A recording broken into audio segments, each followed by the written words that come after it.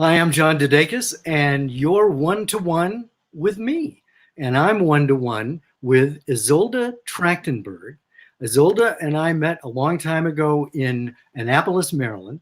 And this is going to be fun because Isolde is a very smart person. So I intend to learn a lot today. She is a writer, she is a speaker, a sort of a motivational speaker about getting your stuff done and motivation and creativity. Let's see what else. She's an immigrant, so that means that she's probably not popular with some parts of the country, or some. We won't go there. She's also she's a jazz vocalist. I'm interested in hearing more about that. She's just a really interesting person. So, and you're welcome to join in on the discussion and use the chat function to ask questions. But Isolde, thank you very much for being here. I didn't even cover all of the things that you do. You're also a podcaster. So, who are you and why are you here? The age-old question. Thanks so much, John, for having me. This is great. Who am I and why am I here? Wow. If I knew the answer to that, then I would be a cajillionaire somewhere because that's been one of my issues my whole life. I don't have ADD, but I do suffer from shiny pretty thing syndrome. Oh, I know what let's do. I'm going to write a book. Oh, I know what let's do. I'm going to put out an album. Oh, I know what let's do. I'm going to work for NASA. So I end up doing a lot of different things because I'm constantly curious about things. So whatever strikes my fancy, I try to do. So, how did you know that you had all of these potential, balls in the air? What was in a sense the first thing that you really latched onto and ran with? I think it's an interesting question the way you put it. There was never one thing except singing. I apparently, though I don't know about the truth of this, this is what my mother says. Apparently, before I was verbal, before I could actually speak, I would sing with her. She would sing to me. My mother's was a professional vocalist at the time. She would sing to me, and I would sing little harmony lines when I was, I don't know, 9 months old, a year old, not knowing that that's of course what I was doing. So I've been a singer for a long time. Then I picked up the violin starting at 5 years old, and then we left the Soviet Union, and I ended up stopping pretty much everything during that year-long immigration process. There was a Jewish people could not just leave the Soviet Union and go where they wanted. There was only one option. They could go to Israel. And so, but it took time to get all of that done. So, what years are we talking? Because the Soviet Union broke up in what, the 90s, something like that?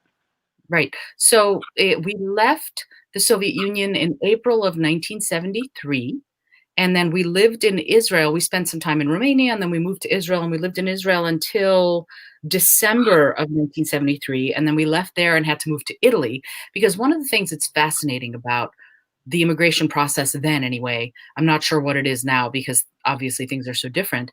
But then during the early 70s, the Soviet Union said to Jews, basically, if you don't want to be here, we don't want you, get out. And so if you got in on the early tide, which my father did, and applied for a visa, you could apply for a visa to go to Israel, which is what my family did. And upon entering Israel as Jewish people, we were immediately offered citizenship, automatic citizenship. You're just a citizen. And my father turned around and said, actually, I want to go to the United States of America. So that started a whole other process to try and get the immigration affairs in order for us to leave Israel and then move to the USA. And that took time spent in Israel and time spent in Italy and various other places before we finally landed in Detroit. So it was a Well, long process. so why Detroit and when? This would have been February 27th, 1974. Actually, February 28th. This very first night I spent in the USA as a child, as an immigrant, was in New York City. Actually, right at the Holiday Inn, right near the John F. Kennedy Airport. I can tell you that. But then the next day we shipped out, and what they were doing is they were asking potential immigrants what they did. And my father was a mechanical. This is it's a lie. He was not a mechanical engineer. He's a mechanical genius, but he had zero schooling. But he told them he was a mechanical engineer, because in the Soviet Union, lying was to get things you needed was second nature. A lot of people did it, and just like bribing, there's haggling, bribing, and lying were three skills you had to have in order to be at all successful there. And so he said that he had a mechanical engineering degree. And interestingly, before Google, before the internet, there was no real way to find out if you were lying when you said you went to the Moscow Institute of Technology and you had a piece of paper that said you graduated, because it was in Cyrillic. So how would they know? And also, there was no Moscow Institute of Technology, so how would they know? So when he told them that he had this mechanical engineering background, they said you could go to Denver for oil or to Detroit for cars, and my father chose cars, and so that's how we wound up in Detroit. And so then you were how old? I was 6 when we left, and I was 7 when we arrived in the USA. So it took about 9 months from April to the following February, so maybe closer to 10 months. And it was actually interesting because during that time when we were in Israel,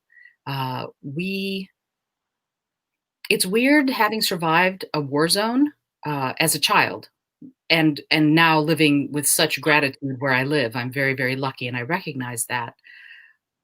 When October 7th is my cousin's birthday, October 8th is my birthday, and my family went to Haifa in Israel to visit them, and for, sort of celebrate both our birthdays. And uh, I don't know if you probably remember, since you're a news guy yourself, October 7th in 1973 was the beginning of the Yom Kippur War in Israel. And we were in Haifa on the beach, my cousin and I, playing, and his father came outside and said, "You have to come in because the war is on. The war has started." And we were right there during the Yom Kippur War, and it was a bizarre time for a 6, 7-year-old to be there. Was it Because traumatic? Was it traumatic? this is going to sound horrible, but I'm going to say it. No. Not for me. I'm a fix-it personality, so my idea about it was take care of things. Even though I was only 6, 7 years old, I was often the person who would wake us up when we had to get to the bomb shelter. When the air raid sirens went off, I'd be like, "Okay, let's go," and it was because that was what I knew how to do. I could figure these kinds of things out, and that became my role. And when I knew my role, I was good to go. So it wasn't, that part of it wasn't traumatic, and probably because it didn't feel real. You were told that when the air raid sirens go off, you have to get down to the bomb shelter. When I asked why cars were painting their headlights black or dark blue, the answer was so that planes won't see the car over, from overhead and drop bombs on them. I probably did not understand the severity and the finality of what that was, if you see what I mean. So I didn't think of it in terms of life and death. I thought of it, oh, okay, this is what you have to do. And so that's did you actually witness any scenes of destruction? sure. Did Sure. that have an effect on you? I think probably. I how serious do you want to get, John? Well, go Um, for it. so my early life most of my life was traumatic on its own. My father was very abusive, and he never put me in the hospital, but he put other members of my family in the hospital. The cops were at our house constantly. Mm. It was not a good scene. And so trauma, when you're an abuse survivor, I think trauma rates differently in your mind and in your heart and your spirit than when you're not. So yes, I'm sure it was traumatic. I don't view it as traumatic. My time in Israel, I view it as something that forged me to be who I am, rather than something that I need specific healing from. So if I understand you correctly, the abusive stuff was taking place even in Israel before you came to the US? Oh, absolutely. From day one. And I don't want to tell tales out of school on behalf of my sisters, but realistically, my uh, trauma, my abuse was not as severe, I guess, as certainly as my older sisters, because of my personality, who I am. uh, I developed skills early on that were negotiation skills and communication skills, and I was able to talk my father out of doing some of the things that he was hell bent on doing. And because of that, I was able to, at 7, 8 years old, diffuse situations for myself and also often for the rest of my family when he was on a rampage. So again, it in a weird way, healing from that and learning from that helped me be the person I am and help me teach other people how to develop some of those skills for themselves, how to develop critical thinking skills, how to develop communication skills, negotiation skills, uh, finding lateral ways of solving problems. All of that is stuff that I now use in my work. So, so in that way, it has again forged me to be who I am. Yeah, and thank you for being willing to go there. I had no idea that this was part of your past, and I certainly don't want to take you back through painful experiences. Not at But all. Not at all. it obviously made you the kind of person who you are, and there are certainly a lot of people who've gone through similar experiences, and many of whom may be emotionally crippled by the experiences. So I hope in the time that we've got together, we'll be able to, maybe leave people with some skills or at least some suggestions on how they can move forward with their lives. But I want to get back to getting to the US because, what started the conversation was music. And of course, we had to dip into the whole immigration thing. So now you're in Detroit, you've left a war zone in more ways than one, although one of the war zones probably came with you. Sure. And so my question then is, being a 7-year-old kid plopped down in the middle of Detroit, it was that culture shock. How was the transition for you as a kid? I was a very adventurous child and like to think that I'm still adventurous as an adult. So I looked at all of it as an adventure. It was very yeah, it was something new. It was something exciting. And also this is gonna another thing that's gonna sound a little weird, but I always got along very well with adults, even as a small child. And so what they started doing, my family was the first immigrant family to move into the Detroit suburbs, and Soviet immigrant. There were others, of course, but from my perspective, Soviet immigrant. And what they started doing, because there was no ESL program, I didn't have any kind of resources that I could avail myself of that would teach me English or teach me culture or anything like that. They just plopped me in first grade, and then the following year they went, "Oh, you're good at math. You're going to skip second grade," and they'll plop me in third grade without some of the resources that kids probably should have in order to have a better chance. Having said that, they also were inundated with a lot of immigrants again in 1973 and 74 because of this Soviet sort of edict that Jews could leave if they wanted to.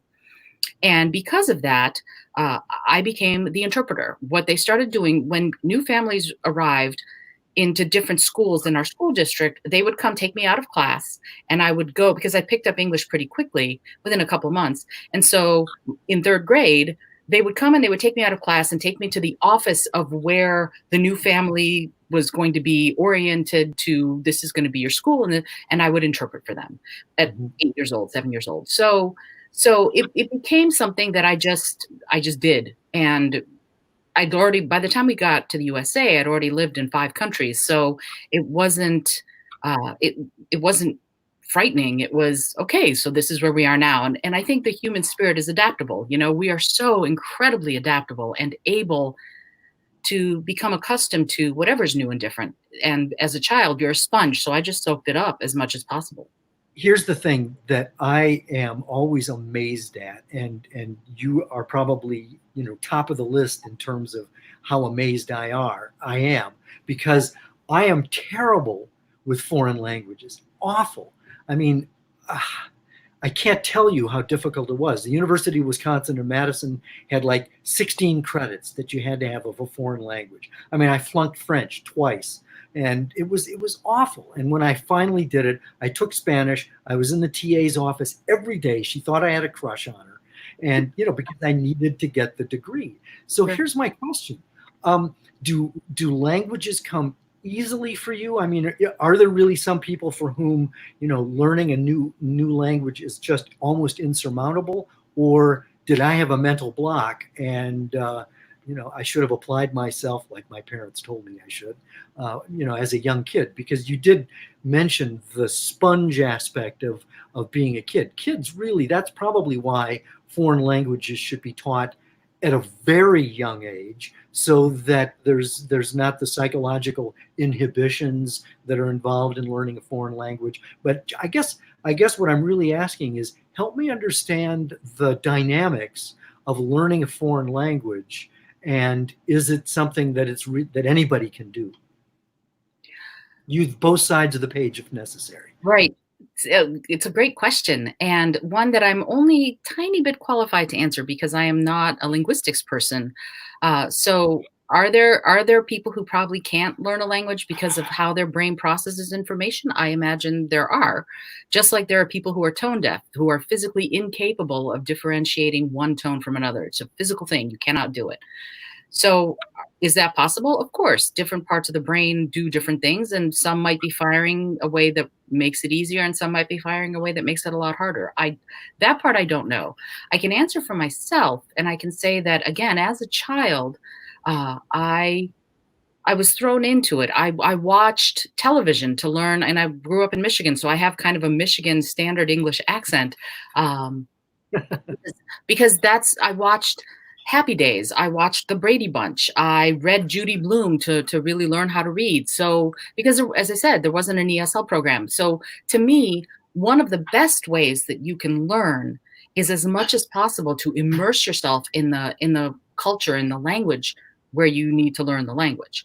And this is not to say that ESL programs are challenging or challenged in that way. I just think that we have many ways that we can communicate that aren't just what are the words I'm trying to say. There's body language, there's intent, there's facial expressions. There's so much that can enrich our communication and our communication skills, that just the language becomes part of communication. And I think if we allow that part of ourselves to flourish, then we can learn languages much more easily than if we just say, okay, how do I conjugate this verb? That's a skill, but Here's the other what I'm part is an addition. Yes. here's what I'm hearing between the lines, and Uh-huh. that is, and you tell me if I'm on the right track. It seems as though you had a sense of fearlessness about you, a sense of adventure, so that it was easy for you to, in a sense, immerse yourself into this new culture, because you didn't, for some reason, have the inhibitions that I know I did when it came time to conjugating the verbs and all that kind of stuff. Would you say that, I don't know, the courage, the adventurousness is maybe key to being able to get over that hurdle, that that difficulty of learning a foreign language? I think perhaps courage or perhaps vodka. And and let me explain. So I have been of the belief for a long time that when you are fluent in a language, when you drink, you speak the language a little bit worse. And when you're not quite fluent in a language, when you drink, you speak it a little bit better. And I have anecdotal evidence. So I was my then boyfriend, now husband, and I many years ago in the early '90s were in Europe visiting, and we were hanging out with a friend named Christo, who he uh, he's Bulgarian and he speaks many languages. He speaks like 7 or 8 languages fluently. He's brilliant. And one night we were sitting around drinking vodka like you do when you're in your early 20s. And Rich did what Rich does. My husband did what he does when he drinks, he fell asleep. And so Christo and I were sitting up and we were chatting, and he started crying. And I asked him why he was crying. And he said, because I know so many languages, but I can't speak my mother tongue to anybody here. Nobody speaks Bulgarian. And I Mhm. was a little drunk, and I said, "Why don't you talk to me?" And he said, "What?" And I said, "Well, I speak Russian. They're both Slavic languages. Let's see."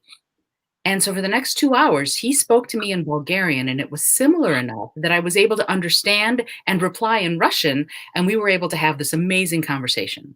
And fast forward to 2012, Christo actually came here and was visiting when we were still living in the DC area, and we got together and we had a bottle of vodka. And once again, Rich did what he does. He fell asleep, and Christo and I, do you remember that time when we were?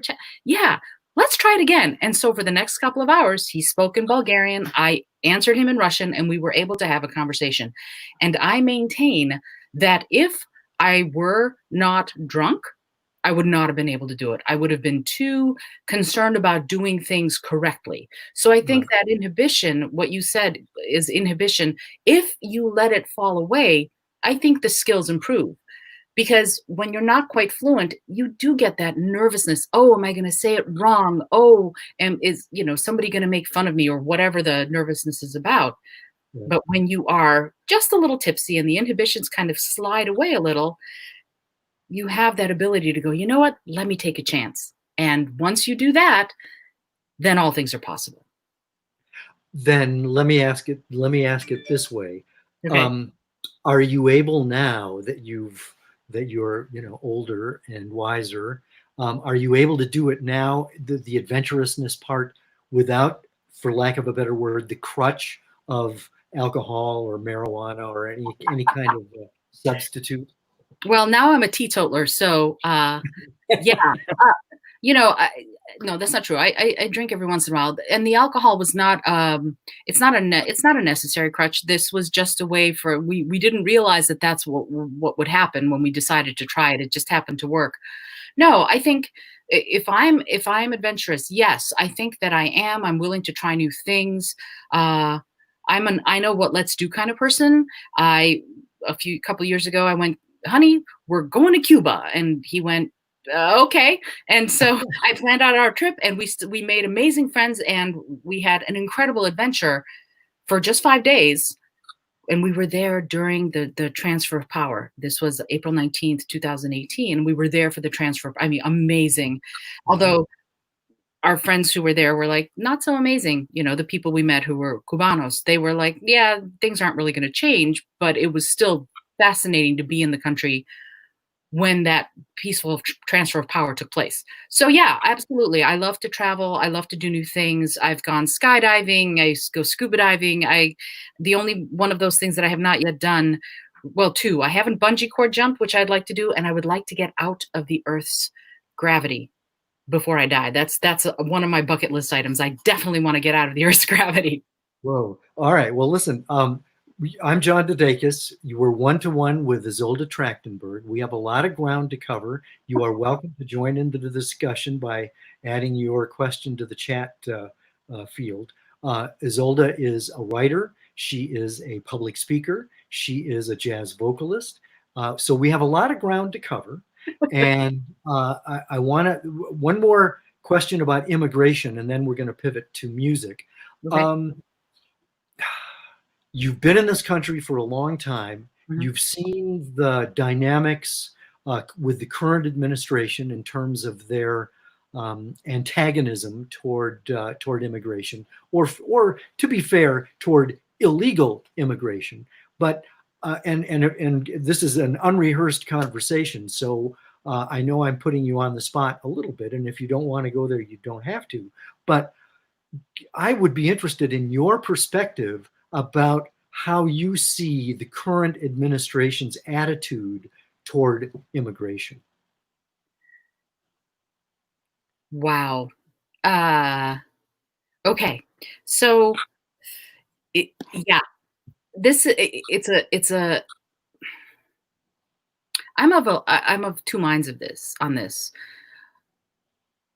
I'll go back to the very first time I saw the Statue of Liberty when our plane flew in to JFK when I was 6 years old, and my little face was pressed to the window to see what I was seeing, and I saw the Manhattan skyline, and I saw the Statue of Liberty, this big, beautiful, tall, green woman, and I had no idea who she was.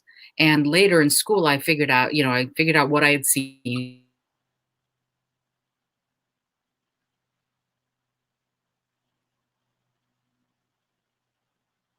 was found. Uh-oh, we're having some technical difficulties. Oh, Your screen is frozen, and I'm not able to hear you right now. And it was just getting good. What you may want to do, if you can hear me, I is can you. hear. Oh, I hear you now. I hear you now. Okay. If this keeps happening, my suggestion will be for you to bail and then loop back in, and we'll Okay. reconnect you. But for right now, you're fine. But where you left off is you were pressed against the window looking at the Statue of Liberty. Yes. So I was looking at the Statue of Liberty, and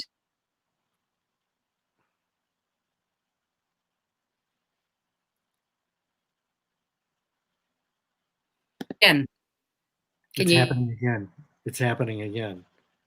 Why don't you bail for a second and call back in, and I promise I'll let you back into the studio.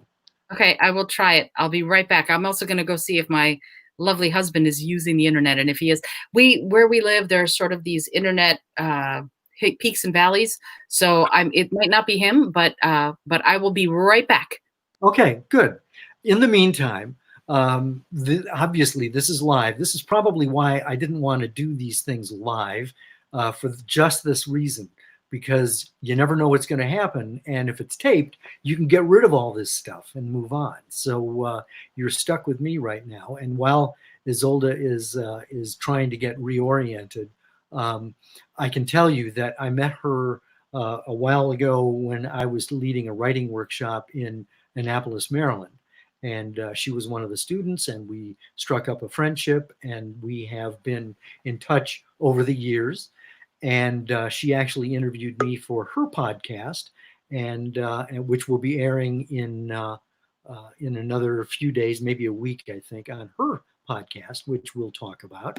And I think she's back. Are you I am. there? Hello. Yay. Okay. I've just been telling all kinds of stories about you on Ooh. how we met and the fact that you're a podcaster and that I was on your show, but we'll talk about that later. Oh, So, yeah. for those of you just joining us, Isolde, tell us more about looking at the Statue of Liberty for the first time as a little kid coming into this country. Excellent. The first time, take three. We're going to try it again. So, as I said, I was looking and I saw this big, beautiful, tall, green woman, and I didn't really know what I was seeing. And I found out later what's written on her base. Give me your tired, your poor, your huddled masses yearning to breathe free. And to me, what that means is this country was founded by, it was made, created, brought into being by people who come from elsewhere. Certainly, there were, the indigenous people, the people who were native to this place, and we could certainly talk about the atrocities that happened to them.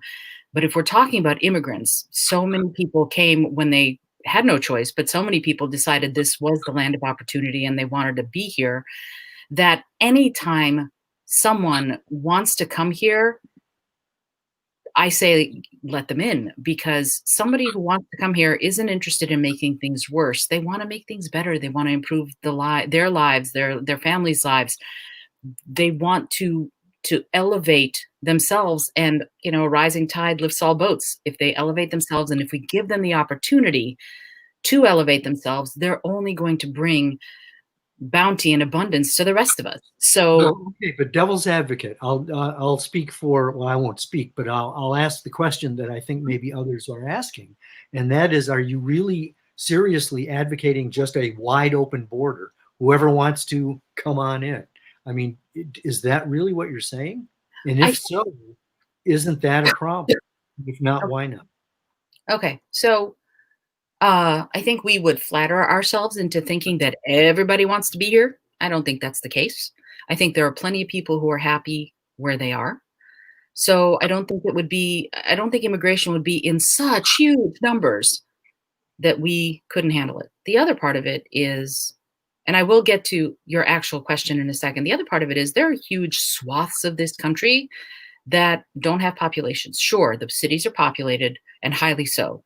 I live in the most populous city in the USA, So I understand that there are conditions as far as crowding and all of that, but I think there is opportunity for people who want a better life here, and I think we as a country can have certainly much more open borders than we have had.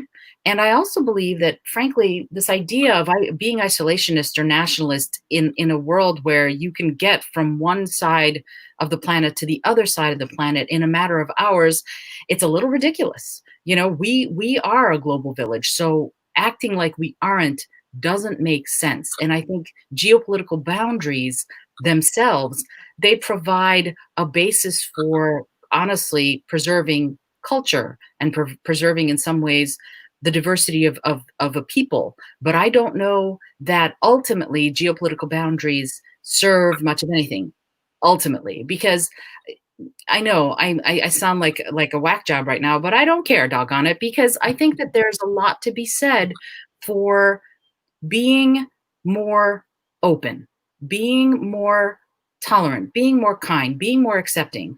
And that that to me is how we solve most of the world's problems, because so much of it is, this is mine and not yours, and I'm not going to share, and you can't have this, and you can't be here, and you don't belong here. And I think that kind of language and that kind of mindset doesn't do anyone any favors, because the person hearing it certainly feels like an outcast, but the person saying it is living a much smaller life and a much poorer life when they have that mindset and when they have that attitude. Because when I firmly believe everybody should travel as much as they can in healthy times, of course, and all of that, because Mhm. I think being exposed to different people from different cultures and different histories, it enriches us and it allows us to really see each other, and that is so much of what we can do for each other. I say this in some of my workshops, but I really believe it to be true. I think when you hear each other and when you see each other, when you understand each other, you cannot be indifferent to each other. And Mhm. so that's why when I say open the borders so that people who want to come in get to come in, not everyone's going to want to come in. And of course, we should absolutely make sure that people have opportunities. There are ways to give people opportunities who want to be here the opportunity to excel. And if we did that, then again, we would be enriching everybody. Everybody would have a better life if we were more accepting of the people who want to be here and not quite so isolationist in trying to keep things closed off that don't necessarily need to be closed off for us to have a successful, prosperous, and overall happier country. Whoa, pretty good, pretty good. Um, what I'd like to do is pivot now back to Detroit, Okay. and, and you as the little kid. Uh-huh. But remember, this all started when we were talking about how music was, in a sense, the very first thing that animated you. So Mhm, now you're an immigrant in Detroit. mhm. Uh, Is music still a sort of a fundamental, foundational thing with you at this point in your life? Sure. I can't believe that we're not past when I'm 8 years old yet. No, no, no. We've got all day. Uh, so yeah, okay. So here's another one of those courage things, I think. I come from a singing culture. In where I'm from, people sing. There are folk songs. When my parents used to have parties in the Soviet Union, my mother being a vocalist, she would sing. I would sing with her. Everybody would sing. People would offer up songs. If somebody had a guitar, they'd bring it out and we'd have guitar music, whatever it was. Music played a role. And when we came to the USA, that stayed true. So anytime there was a party or anything going on, singing would happen. And again, I had started playing the violin when I was 5 and took it back up in 3rd grade or 4th grade, I don't remember which. And I remember my mother, when we walked off the plane, she was very pregnant with my younger sister, and she was carrying my little quarter-size violin that's about, this big, and no bow, no case, just the violin. And I didn't touch it for a couple of years, but when I finally got a chance to play it again and got back into playing, it it was another part of music being part of who I am and how I express myself. So always, when I was able to join choir, I joined choir and stayed through in high school and in college. And then now when I perform for students. I perform in elementary schools to colleges. I perform at clubs sometimes, but mostly I love to perform for students and get them exposure to music from different cultures in different parts of the world. Because again, diversity and learning the history through music is the way we can really revolutionize how we live our lives.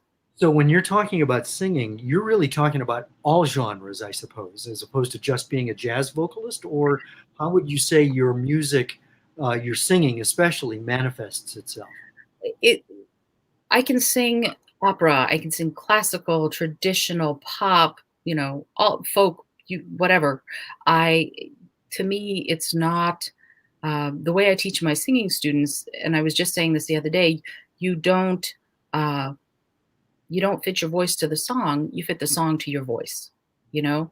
So if I'm learning a song and I'm singing "Natural Woman," for example, I'm not trying to sound like Aretha Franklin, who wasn't the one who wrote the song. Carole King wrote the song, and she sang it differently than Aretha Franklin. Nobody sings "Natural Woman" like Aretha Franklin, so why would I try? But boy, do I sing "Natural Woman," and boy, do I love it. So the important thing for me is, do you love the song that you're singing, and what are you trying to say as you interpret that song? Have you And done any recording? Have you recorded some things? Do you have CDs out there? I do I have it handy? Let's see. I might have. Obviously, this is not rehearsed. No, I don't think I have it on me. I thought I might have it, but yeah, I recorded a CD back in 2003. It's called Sound the Deep Waters, and it's all original except for one song, which is the Scarborough Fair. But the rest is all mostly it's jazzy world music, I would say. And yeah, so but again, it's ultimately to me, it has to be about what song you're singing and whether or not you love the song you're singing Do you and how compose? I do. I wrote as I said, I wrote all but one song on that CD, Okay. and I compose instrumental music, but honestly, I decided a while ago that songwriting is fun, but I'm not. This sounds stupid to say to someone who's asking me about my music, but I'm not the greatest songwriter. Let's be honest. I like the songs I wrote. I'm very happy I wrote them, but I would much rather sing songs that make my heart sing, that make my heart glad.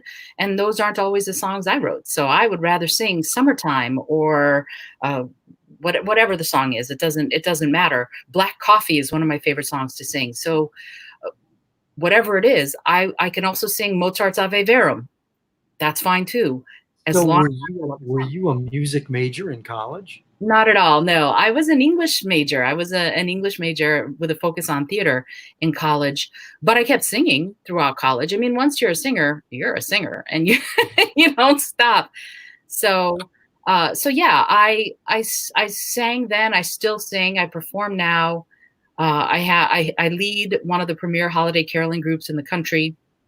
They're down in DC actually, so I only come down now for a show or two a season because I've worked with them to the point where they're just able to go on gigs themselves, and I can't always come down from New York City. So once you got to college and you majored in what you did, so is that when book writing happened? I mean, what happened when you actually got into the workaday world? So I was all set to move to New York and try to do theater and music here, and got a job, got an apartment in the same day, and then lost the job, lost the apartment that same day. And I Gee. had literally $23 and something like 57 cents to my name. So I called a friend of mine and I said, I'm in trouble. Can I come sleep on your floor? Because I honestly have nowhere else to go. And so I moved right after graduation. I moved to DC and got what jobs I could. And the first couple of jobs were writing jobs. And I didn't think about writing books for a long time. That was I never took a creative writing class. All my English classes were lit crit or drama crit. I never, the only creative writing I wrote a song. I wrote a short story about a girl named April Winters, whose family was all named months of the year, like June and August, when I was 13. And then I wrote a Spenserian stanza because I was required to in an English course in college, but that was the extent of the creative writing I had ever done. Mhm. So I never did it. And then fast forwarding many years, I worked at the National Geographic for a while. I worked at NASA for a while, and then started doing life coaching. And out of life coaching and out of some of my own beliefs, developed the book Life Elements. I don't know if you can see it here. Let me see. Which way do I need to? That book right there, the one that says Life Elements. Oh yeah. Mhm. That one is my first book that I wrote, and that was nonfiction. And it's about how to use the ancient alchemical elements, earth, air, fire, and water, to boost different characteristics that you want to boost in yourself. And so I decided to write that one. And that took a few years because I developed an entire system. It's kind of like Myers-Briggs, but not Myers-Briggs. And it uses elements of Ayurveda and Chinese medicine, as well as where I'm from, the folk wisdom of where I'm from, to hybridize everything and to make it so that you can build different personality traits that you want to exhibit into who you are. And that's available on Amazon, and people will. How would people go about getting it? Yeah, Amazon is the best way, probably. Sure. Okay, and your name is right up there on the screen, so you won't have any trouble getting that. So primarily, the writing that you've done has been nonfiction, right? Yeah. What else have you written? Well, let's see now. If I do this, the next the next nonfiction book is called Win the Day. Let's see, I'm pointing the wrong direction. Win the Day. Let's see, can I do? I can't do it. There it is. Win the Day. I'm going to make you solo here. Right. And that book it's an interactive book. In other words, there's a way of choosing. There are 78 entries. You can look at them as 78 different focal points you might have during any one day. And there's a set of selector pages, and you close your eyes and you put your finger down, and let's say you put your finger down on the number 17. So you go to the number 17 entry and you read about sort of a call to action for the day, for what you might want to focus on and what will make your day the best it can be. And there are 78 different entries, 7 different selection pages. So you can choose as arbitrarily as you can by changing the selector pages and keeping your eyes closed, and get different focal points of how to have the best day you possibly can. And you also are now working on fiction, though, right? Yes, I am. How's that going? How's that going? It's a hard. One of my classes.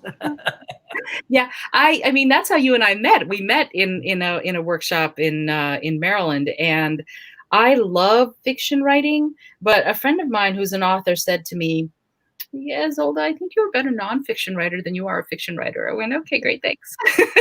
So yeah, I have 2 books out, and I don't have them handy. They are about music plays a big role in my fiction.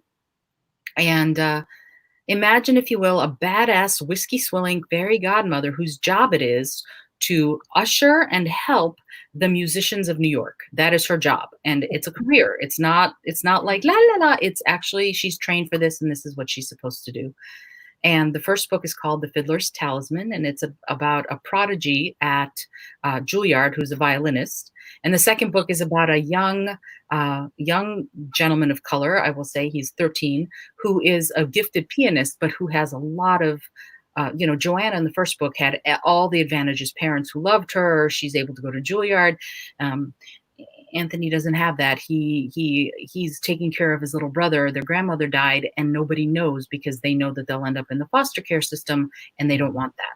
So, and he's this 13-year-old kid who's taken on all these incredible adult responsibilities that he shouldn't have, but he's also a gifted pianist. So she has to help him on his way and get him help that he needs in order to become the musician he can be, and the person that he's meant to be. And if I'm not mistaken, most writing, you write what you know. And I would guess that a lot of what you're writing in terms of fiction is you're still drawing from personal experience. I think a lot of writers do that. I think we, as a writer, you write what you know is great, but there's also a point at which you have to let some of that go and ask what if. That's one of my favorite questions to ask. What if? what if this happened? How would things look if this happened or if that happened? So some of it is, yes, absolutely.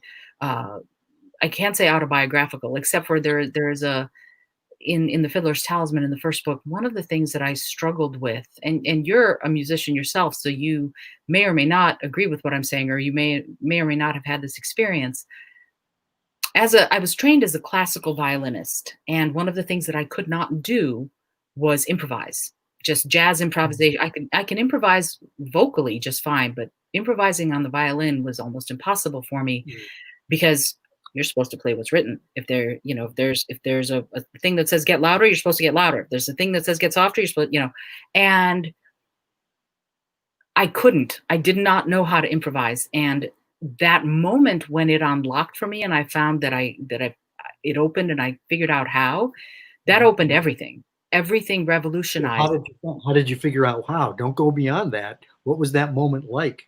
The moment was I was playing a gig and so I quit violin when I was 14, never to play it again. I was just certain I was never going to play it again. And when I was 23, I guess, 24, maybe 23, I took it back up because I started playing for a medieval dance troupe because they went, wait a minute, you play instruments and we didn't know, you need to come and play for us. And I went, I'm very rusty. And they said, that's okay, that's okay. And so what happened was I was playing these English country dance tunes called things like Horses Brawl and Hole in the Wall and things like that. And I was playing them, and English country dance tunes, a lot of traditional music from the British Isles is they're suggestions. The melodies are suggestions. People go off melody all the time.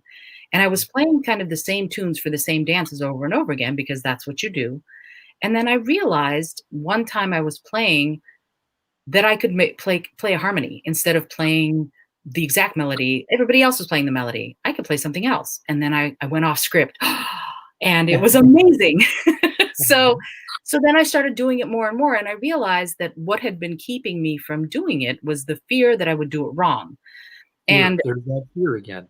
yeah, exactly. And so what that did for me is what jazz does for me, is that as long as the people who are relying on me know that I have them right here, that I'm not going to let them down, then I can do whatever I want, So the issue then became, if I want to do something else, if I want to go totally off the reservation, as they say, off script, Mhm. then all I have to do is get back to the right place at the right time. And in jazz, of course, we'd say get back to the one. So I Right. can go all over the place, but then get back right back in the pocket on that one. And the same thing happened in English country dance music. And then I started playing traditional Irish music, and then I went all over the place.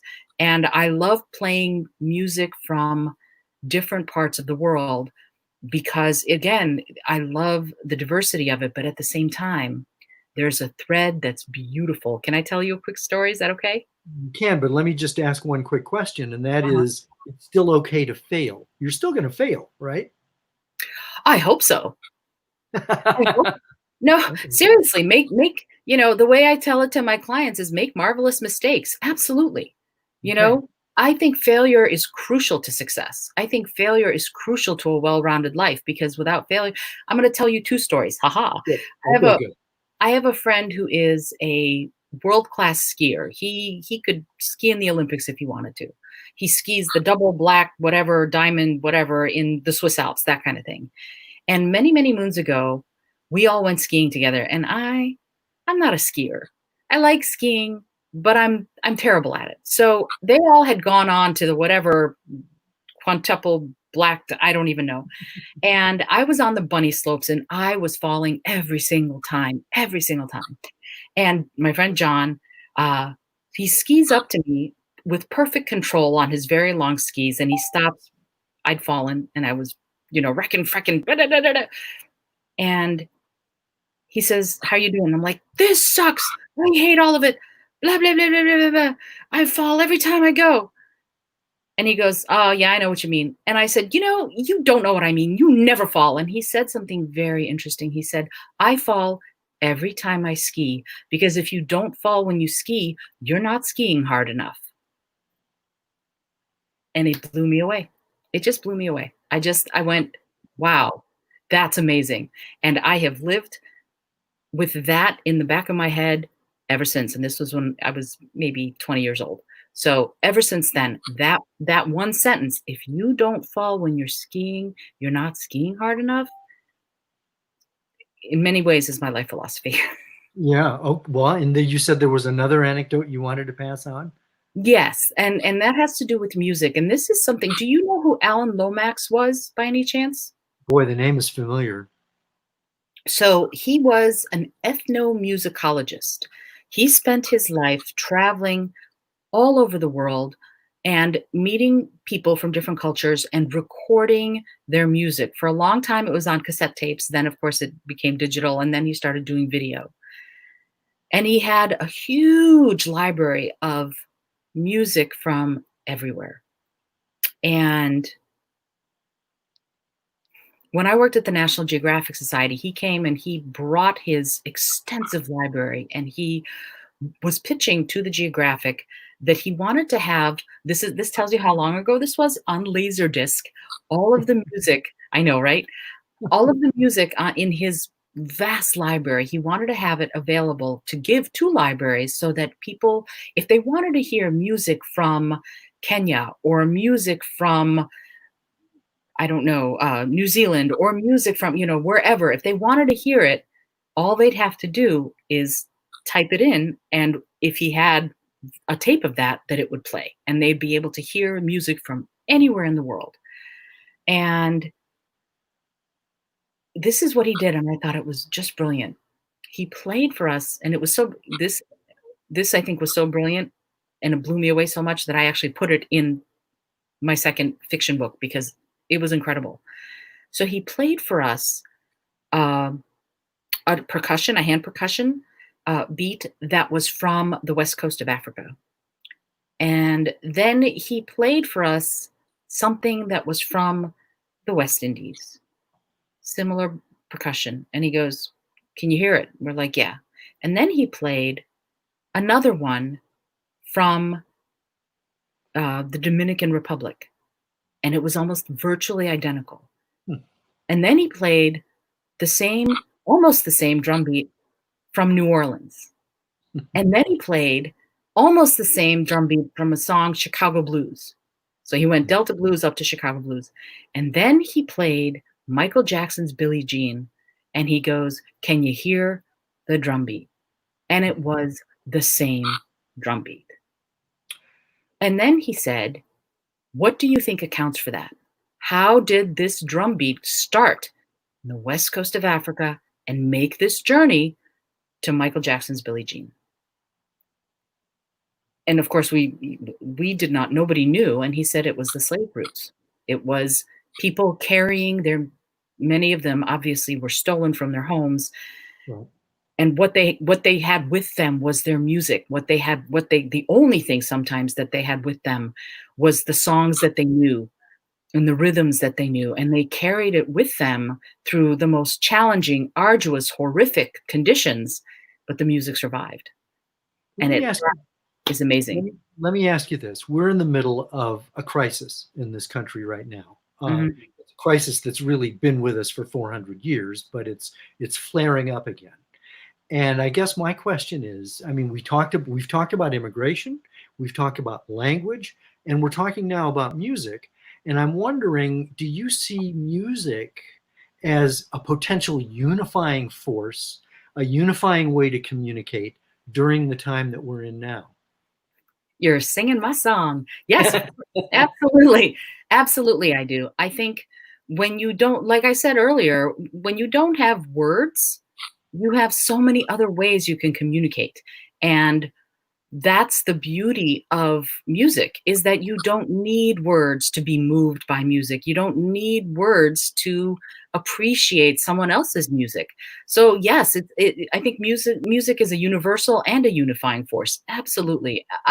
One of the things that I do every year, I'm down in Maryland for the Community College of Baltimore County campuses have me for something called International Education Week.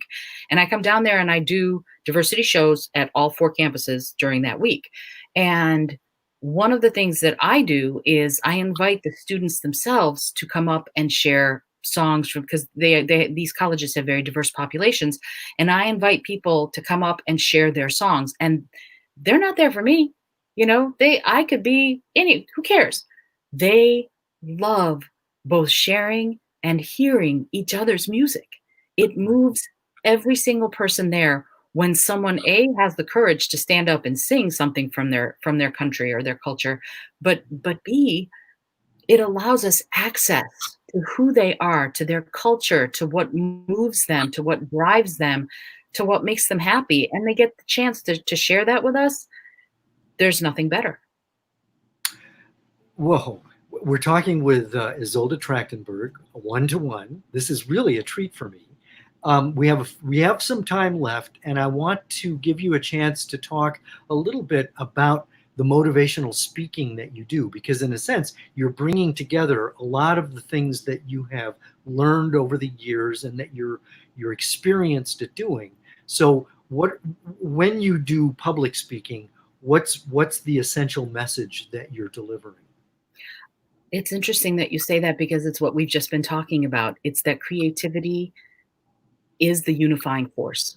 It is what can bring all of us together, and it is what can help us build the skills to move into this new future together, and with the skills and the tools we need to thrive. That's what the message is. Every time I talk about getting out of our own way and realizing that what comes from within us is a gift that we get to share, and that we can share, because everybody, there's not a person alive who doesn't have fear. And the people who have the most bluster are often the most afraid. So when I get the opportunity to share with people, whether I'm talking about, here, Speak from Within is one of my other books, and it is about how I got rid of, believe it or not, I used to have a public speaking phobia. I know. But I'll take your word for that, because it's hard to believe. Oh, yeah. Oh, believe me. If you knew me in 4th grade, you would understand what I'm talking about. But how I got over that was to realize that deep down, there's no one who isn't at least a little afraid. And to quote, I do a lot of what I call teleparables, and to misquote Angel, which is a TV show. The character has an epiphany, and he says, I had an epiphany. He said, it turns out that if nothing you do matters, then the only thing that matters is what you do. And a single act of kindness is the greatest thing in the world. And I heard that and I started crying, because it's so true. So what is the point of being afraid? Are there times when obviously you're in danger and you should be aware? Of course, that's not what I'm talking about. I'm talking about on the inside. There's not a person who isn't afraid. And so on some level, we are all on a level playing field.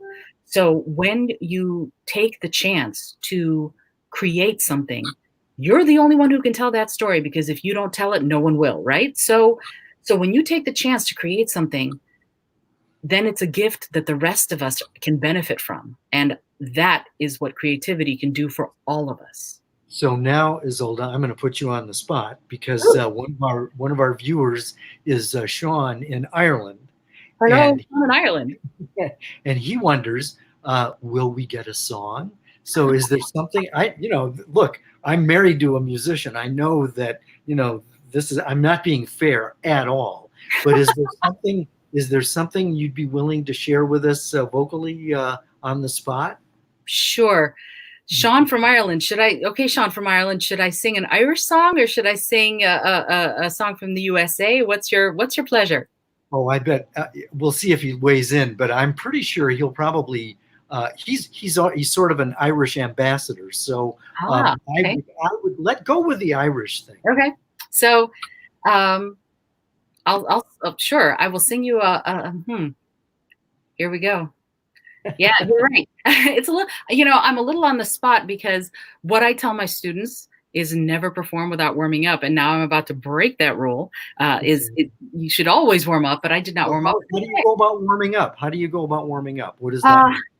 What warming up is when you prepare your physical and emotional self to sing. You don't, just like a marathon runner wouldn't just start running without warming up their body and getting into the mind space of doing it.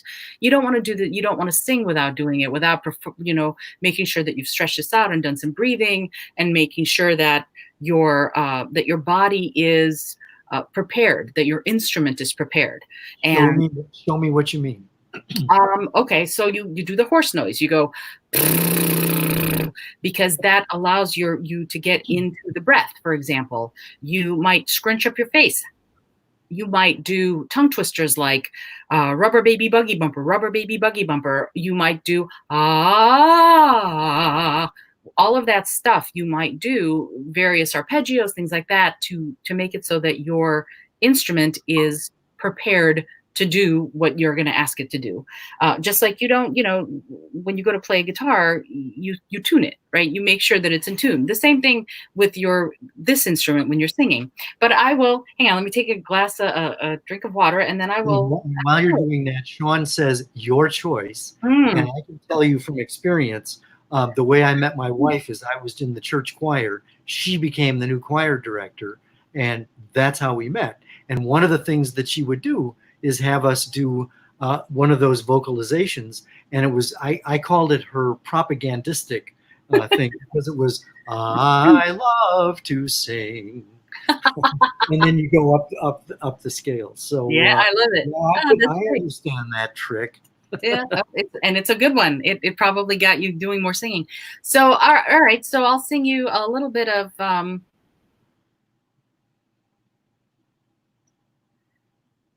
Okay, so I'll do Summertime because I love singing that song. Summertime and the living is easy. Fish are jumping and the cotton is high. Oh, your daddy's rich and your mama's good looking. So hush, little baby, don't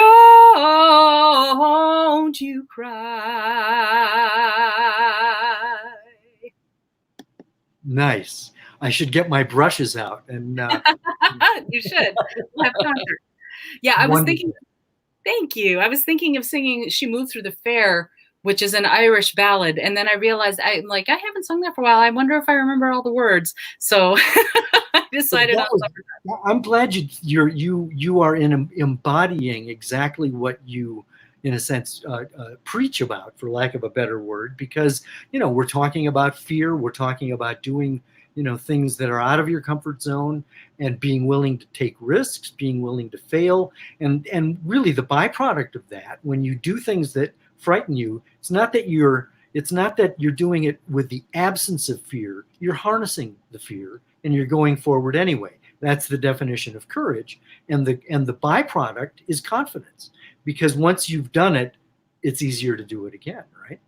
Sure. And then you have to credit yourself with how far you've come. Every step you take is another step towards that actualization, towards that confidence, towards that feeling that you deserve to be here and to be doing what you're doing. So some of it is that, and some of it I think is just, there's a little bit of a name the fear. What I ask my clients all the time, what's the worst that could happen? Talk to yourself about that, because once you know that, and once you know the worst that could happen actually isn't that bad, then it gives you the added bonus of being able to go forward. Something I said to a client the other day that I'm now preaching about right and left was about rock bottom. And people think of rock bottom as a terrible thing. And I have a different take on it, because to me, rock bottom is potentially the first time in a very long time you're standing on something stable. Wow. And so that is I think is so important for us to remember, that if you're careening, if you're falling, and it doesn't feel stable and it feels so frightening, when you hit rock bottom, there's only one other way to go. And from that stable foundation of rock bottom, when you are sitting on the bedrock, that's when you can finally pick yourself up and take a stable step, because you're on a foundation that is, even if it's in a terrible place, arguably, it's also stable. And from there, that's when you can make significant change. Wow. I'm John Dodakis. I'm one-to-one with Isolde Trachtenberg, jazz vocalist, well, just a vocalist and musician, public speaker, author, just an all-around interesting person. One more area I want to get into before I let you go, and that is talk a little bit about your NASA experience, because you're doing some work with. Are you doing work with NASA now? I'm not. After I left the National Geographic Society, I actually left the National Geographic Society to go work at NASA, and through various and sundry machinations, I ended up working for a program called the Globe Program, which was envisioned by Al Gore in his book Earth in the Balance. He envisioned, again, everything I want to talk about is always international in scope and breaking down boundaries, and so. He envisioned this K through 12, kindergarten through 12th grade, international environmental education program that would partner scientists, students, and teachers in a way that would let the scientists put together science protocols that the teachers would teach the students would actually go out into the field and do on their local environments. And then those students because they followed scientific protocols that were vetted by the National Science Foundation, by NOAA, by NASA, those protocols, the data that they got from doing that science would then be uploaded to a central data server that's housed in Colorado. And then that data, because it's valid, because the students followed these protocols, was then available to the entire community all over the world to do research on. And they were doing things like taking cloud measurements. What kinds of clouds did you see? What is the pH of the water body that's close by? What kind of soil do you have? What is the color of that soil? How can you look at the biosphere around you? What kind of trees are growing there primarily? Because frankly, there is no way scientists are going to go to every single spot on the earth to get that data. There's just no way to do that. But what scientists have is satellites, and those satellites can bounce off the surface of the earth and get information, but they need data validation. That's what the students can do. If the satellite thinks that there's an oak tree in this particular spot through GPS coordinates, and the students go out to that exact spot using a GPS, and they go, yep, it's an oak tree. Why, then the scientists know that anytime they see that particular color square on their satellite data, that's an oak tree, which now tells them where all the oak trees of that kind are everywhere. So my job was to travel around the world. Well, it was to help develop the training methodology for teaching this stuff. And then because I helped develop the training methodology, I ended up becoming what they call a master trainer. And I traveled the world as a NASA master trainer, teaching these protocols specifically focused on soil science and the quality of soil, different protocols that you could study on soil, to students and teachers all over the world. And there are over 110 countries, I think even maybe over 120 countries that are globe countries now, all doing this kind of research on their local environment and then sharing it with the rest of the world. It's an incredible program, and I was very lucky to be part of it. Well, and listening to you makes me feel like a slug in comparison. So you're fascinating, and I've enjoyed enjoyed getting to know you over the years, but even more today, because I think we've covered a lot of ground. Help people, we've covered a lot of ground. So how can people get in touch with you, get a hold of your books? Do you have a website? What's the best way for people to find you and keep in touch? Thank you so much, and thank you for having me. This has been so much fun. Been fun. The best way really is the Creative Mindset podcast. That is the best foot forward to find me is to grab the podcast episodes, especially right now. Today's episode and your episode both are fascinating. Today's episode is an author of color. It just happened that his work is race relations based. A lot of his work has these themes of race relations, and it just so happened that he was scheduled to come out today, the episode. So I highly recommend people check that out. And also, of course, your episode, which is slated to come out next week, because I think the idea of exploring creativity and how we can use creativity to improve our work and our lives is sort of the next phase of my life's work, if you will. So that would be my favorite way. I also do have a website. It's izoldat.com, where you can also get to the website from that, you can get to the podcast from that website, izoldat.com. And feel free to find me on Instagram. I'm at Izoldat. So the @ sign and then IZOLDAT, because Trachtenberg is just, you can tell if you're looking at the name, it's just forever long. It's So like Didakis. We're sort of in the same boat here. yeah, it's and people mangle it. My favorite mangling of my name, I literally once got a piece of mail addressed to Izimbra Dragonberger. Well, that's a good character. You know, that's going to be one of your characters, right? She is. I actually started writing a short story about a badass spy named Izimbra Dragonberger. So the whole book starts with her clinging to the edge of a cliff by her fingertips. So yeah. I just thought that was great. And the name of the podcast is what? The Creative Mindset. Okay. Izolda Trachtenberg. I think I got that right. Yeah, you did. Okay, excellent. This was fun. Thank you for being here. Thank you I'm so much. You're one-to-one with me, and I was one-to-one with Izolda Trachtenberg. I'll see you next time. Bye. Bye. Thank you.